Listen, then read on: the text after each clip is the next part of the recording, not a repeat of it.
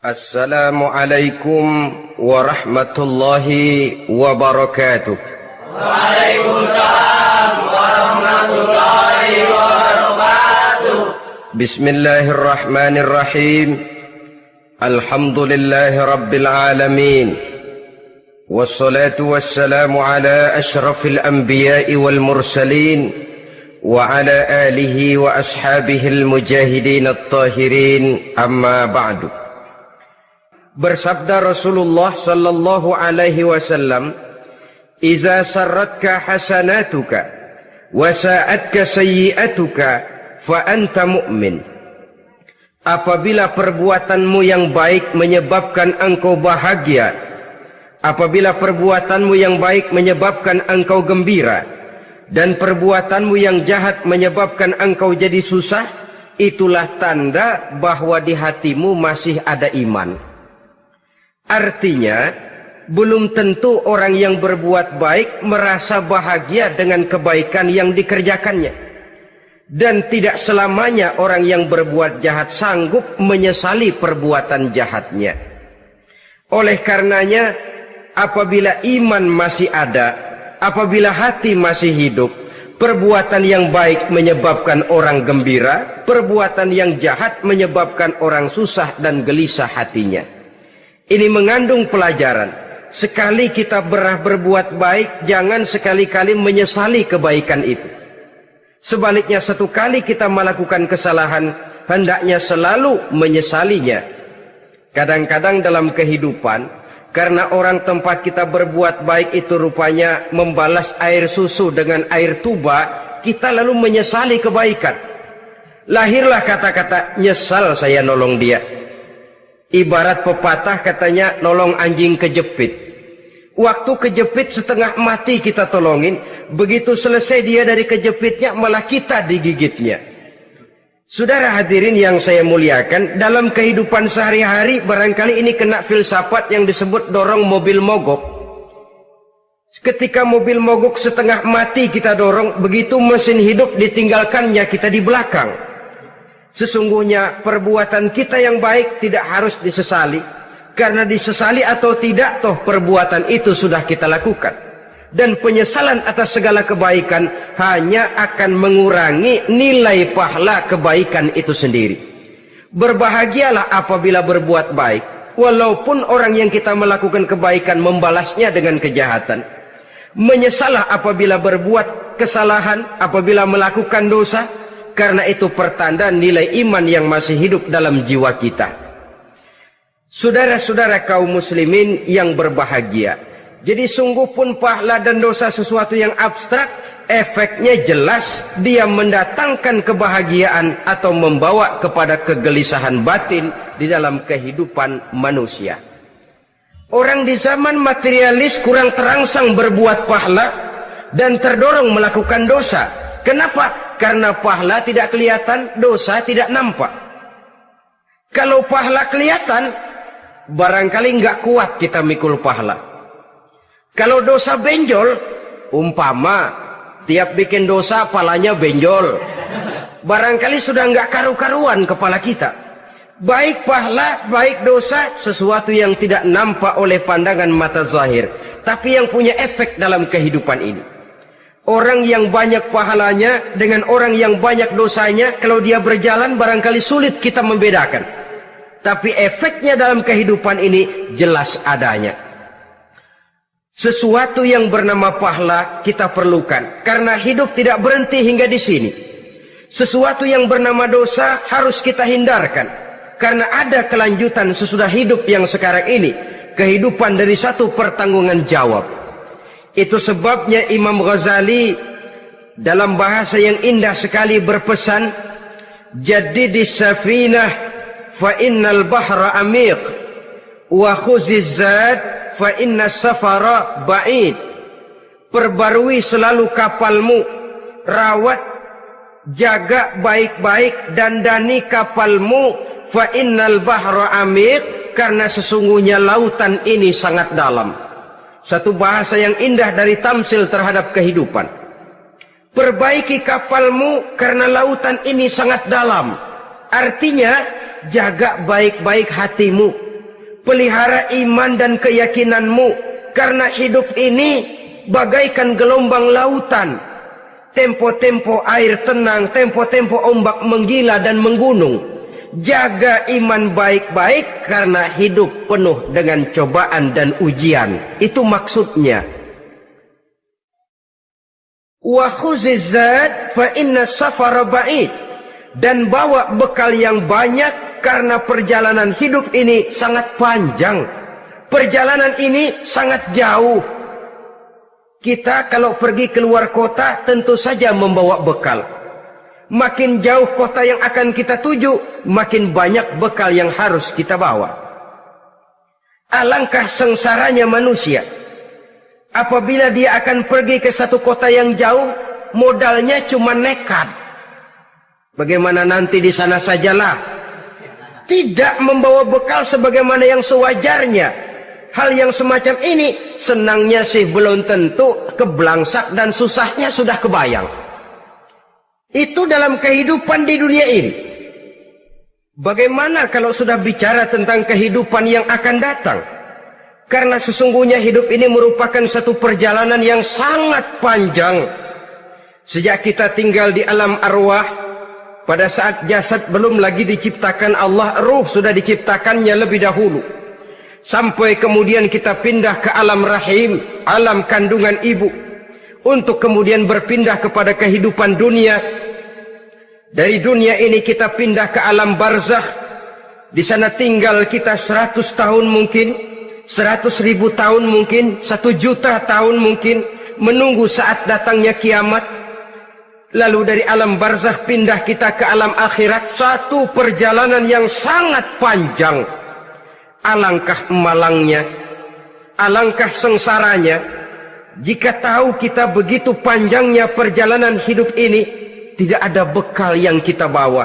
Artinya kesengsaraan, kesulitan yang bertali-tali sudah jelas akan menimpa kita. Kalau pergi kita keluar kota membawa bekal uang, membawa bekal makanan, apa bekal yang mesti kita bawa? Apabila kita kembali ke alam barzakh, kembali ke alam kubur, berkumpul di padang mahsyar di akhirat nanti, nasi yang mau kita bawa, uang yang mau kita bawa, tentu tidak lagi. Karena kehidupan materialis selesai di atas liang lahat. Bila masuk kita ke liang lahat, disitulah pahala dan dosa memegang peranan yang sangat penting. Maka pada pertemuan malam ini kita akan bicara tentang pahala dan dosa itu. Saudara-saudara kaum muslimin rahimakumullah. Yang dinamakan pahala, kata Imam Ali Al-Jurjani dalam kitab At-Ta'rifatnya, ma yastahiqqu bihi ar-rahmatu wal maghfiratu minallahi ta'ala. Sesuatu yang pelaksananya berhak untuk mendapat rahmah dan ampunan dari Allah. Dengan kata lain, nilai pahala adalah akibat dari perbuatan-perbuatan di dalam melaksanakan perintah dan anjuran yang ada di dalam kehidupan agama. Apabila perintah dan anjuran kita laksanakan, nilai pahala itu lalu datang. Nah, nilai pahala dalam Islam, menurut konsepsi Quran, Allah menjelaskan, man jaa bil hasanati falahu asyru amsalihha. Barang siapa yang datang membawa satu kebajikan, barang siapa yang melaksanakan satu kebaikan, maka dia akan mendapat balasan 10 kali dari kebaikan yang dikerjakannya. 10 kali ini pun masih dilipat gandakan dengan 7. 7 ini pun masih dikalikan 100. Dan itu pun masih ditambah dengan pernyataan, wallahu yudha'ifu liman yasha. Allah masih akan melipat gandakan perbuatan baik seseorang yang dikehendakinya. Itulah nikmatnya dalam Islam. Tetapi sebaliknya, wa man jaa'a bisayyi'ati fala yujza illa mislaha. Barang siapa yang melakukan satu kejahatan, dia tidak akan mendapat balasan kecuali sesuai dengan kejahatan yang dikerjakannya. Alangkah rahman dan rahimnya Allah. Orang yang berbuat baik dibalas 10, dikali 7, dikali 100, masih dilipat gandakan pula. Tapi orang yang berbuat jahat tidak akan mendapat balasan kecuali sesuai dengan kejahatan yang dikerjakannya. Ini kan beda dengan sifat kita manusia. Kita ini kadang-kadang kalau dijitak membalasnya mukul. Tapi kalau orang berbuat baik kepada kita, kita enggan untuk berbuat baik kepada orang tadi. Allah tidak mengajarkan begitu. Satu kebaikan berbalas 10. Satu kejahatan berbalas dengan satu kejahatan. Maha Rahman dan Rahim Allah. Bahkan dalam Islam, niat berbuat baik saja mendapat pahala. Sedangkan niat berbuat jahat belum ditulis merupakan satu dosa sampai kejahatan itu dikerjakan oleh orang yang niat tadi. Umpamanya, saudara niat nanti malam giliran pengajian saya mau hadir di majelis taklim. Pas datang waktu malam hujan turun sangat lebat. Saudara berhalangan datang ke majelis taklim, saudara sudah mendapat pahala niat.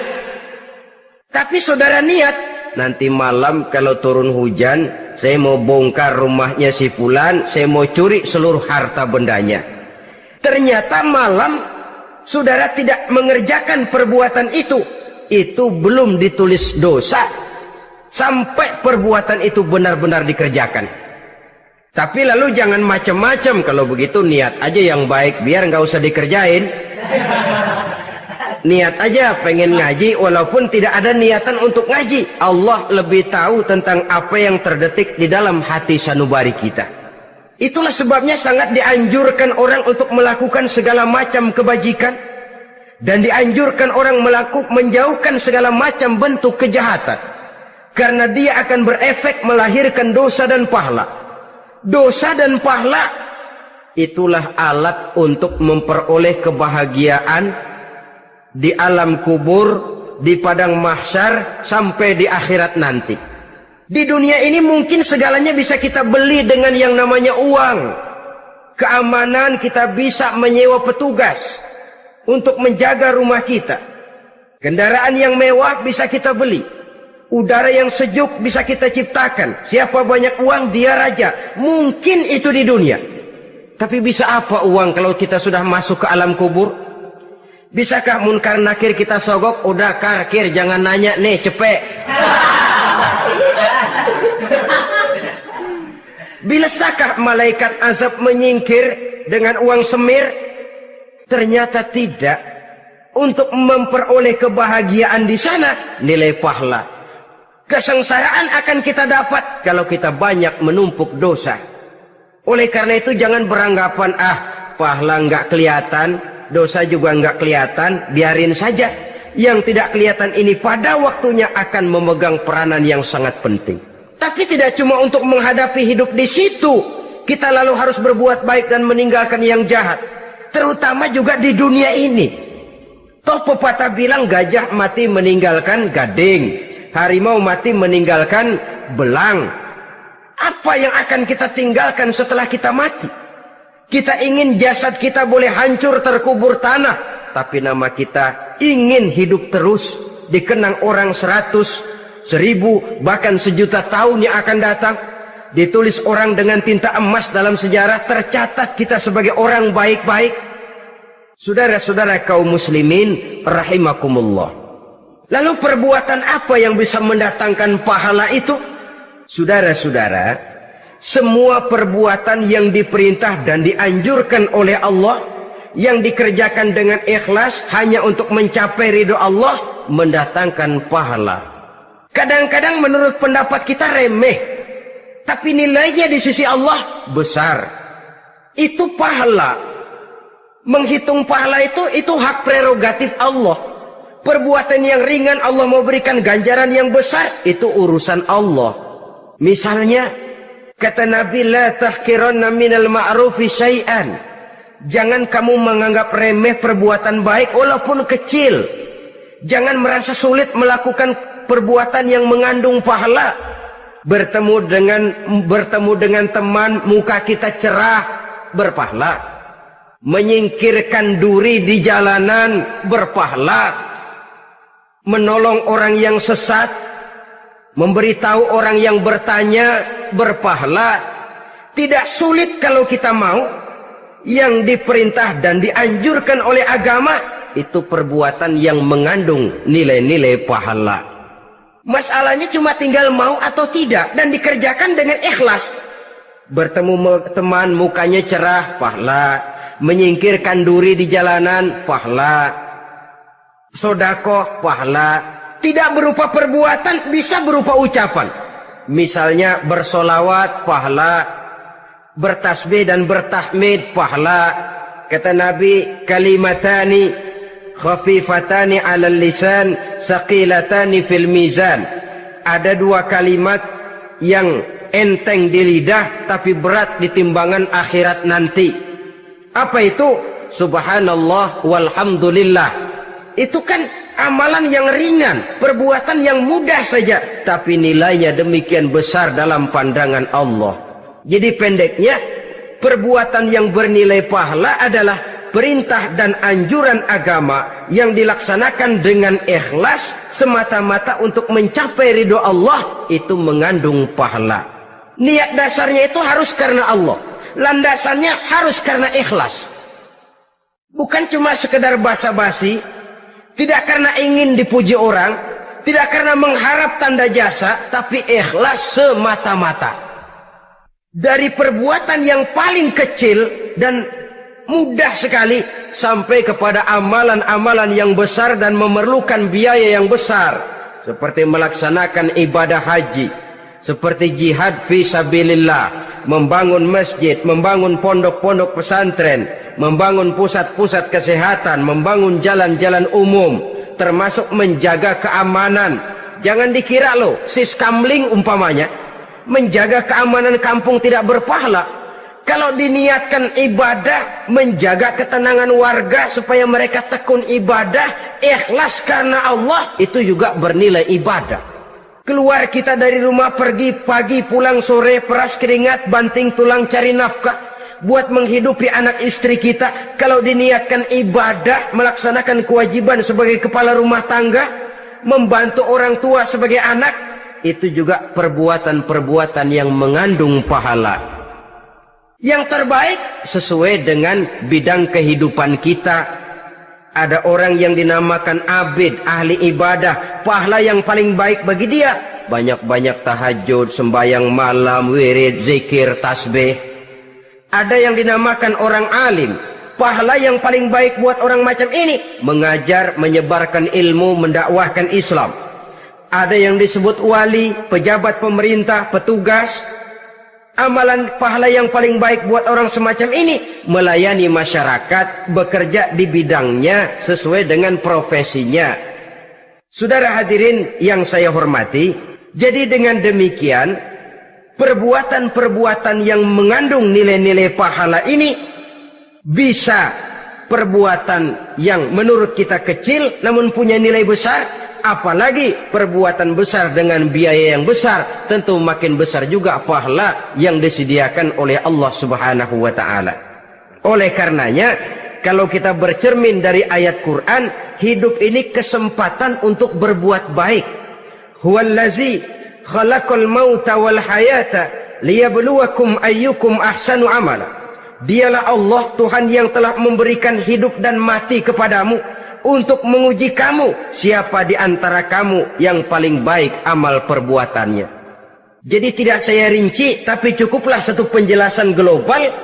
Perbuatan yang berpahala adalah perbuatan melaksanakan perintah Allah atau anjuran Allah dengan dasar ikhlas, dengan tujuan untuk mencapai ridho Allah semata-mata. Lalu apa perbuatan yang mengakibatkan dosa itu? Saudara-saudara, dosa lahir akibat melakukan larangan Allah atau mengerjakan yang dicelaknya.